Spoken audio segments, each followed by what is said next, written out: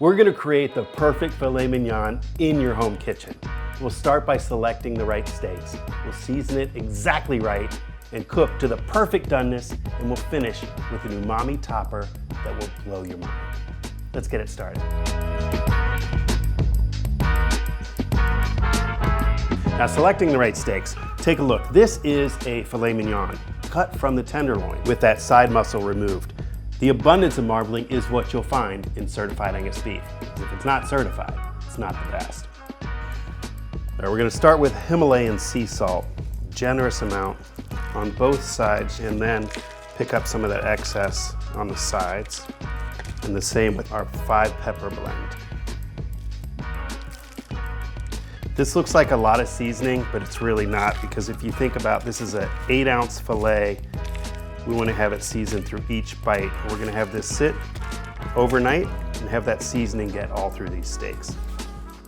Here we go with putting together our topper ingredients. The amped up base will start with rendered beef fat or tallow. We keep some on hand in the fridge all the time, and we totally think you should too. So put it in the microwave just until it's soft enough for a pourable consistency. Then some unsalted butter with a rich, high-fat content like Flugra or Kerrygold brand. The tallow and butter will be our base as we keep building powerful ingredients in just the right ratio to complement this prized filet. For some brightness and acidity, we'll add the zest of 1 lemon. Run the lemon across a micro plane until the darker yellow skin is evenly removed. Then for some rich umami, we'll add some white miso, which is fermented soybean paste with koji and a good amount of salt. So just a couple tablespoons, and some black garlic. This is pretty special stuff, folks. I had to order it online. It's essentially garlic that's slow cooked for months to bring out an internal Maillard reaction, making for a sweeter garlic that's almost the consistency of gummy bears here. Outer paper layer comes off and then chop up in a few small balls. Now a little peppery heat with some sambal chili paste. And finally, just a touch of nutritional yeast. These are dry flakes of deactivated yeast, so delicious. Like a non-dairy nutty aged Parmesan. Finally, just a touch of our 5-pepper blend. Some of these exotic ingredients are probably new to you, but I beg you to seek them out. Your taste buds will love the effort. This is my favorite part of this. I'm gonna make an umami topper. This is gonna be a thing, guys. I feel like this is gonna be a thing. All right, check this. This is geeking out a little bit. All right, chefy.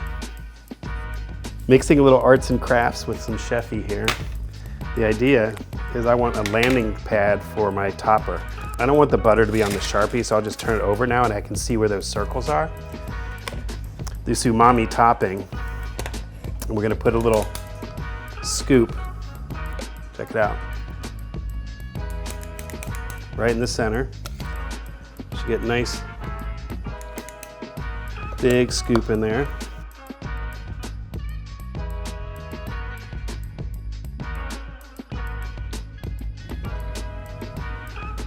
And we're gonna smooth perfect circles that are gonna be our steak toppers.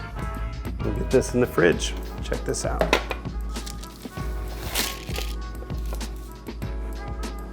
All right, we've got our steaks. We're gonna reverse sear these, so we're gonna go into the oven and then sear them afterwards. We want airflow to be all around these steaks, so I'm setting a rack in a little half pan, and we'll go into a 325-degree oven with these.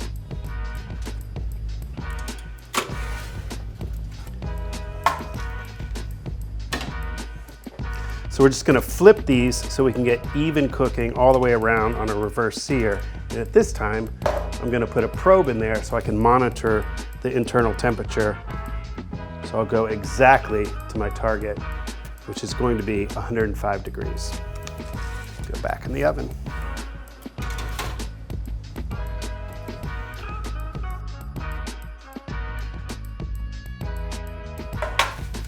All right, they're 105. Now we're gonna sear the outside to get them cooked all the way through.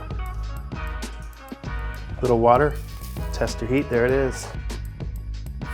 A cast iron pan is perfect for searing. We've got that temperature inside getting close to where we want it. Now we really want to build that crust on the outside. That crust on the outside is going to be the perfect contrast to a perfect doneness inside. You can brush a little oil on the surface to help build that crust, or even a little cooking spray, and I'm using avocado oil here. Nice. That crispy outside. Yes. You notice there's not a lot of oil in this pan. It's because the fillets are so lean. And also, this isn't about doing the basting technique. The umami topper is our way to get that basting happening. Now we're going to sear the sides just by rolling it. It's cool, I can use the curve of the pan. Smart. After our sear, we can do our final check on temp. At 127, perfect. That's right where you want it. Right between 125 and 130. Yes, perfect. Let those rest for just a bit. Now we put our topper on each steak. Should I put the other one on? Might as well.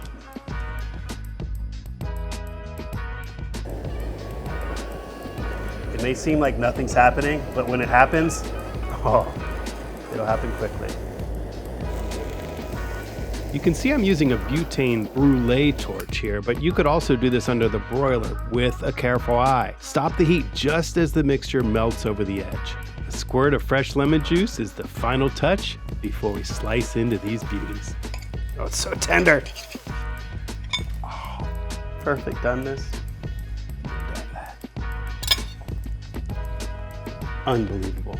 This really is the perfect filet mignon. See you next time in the test kitchen.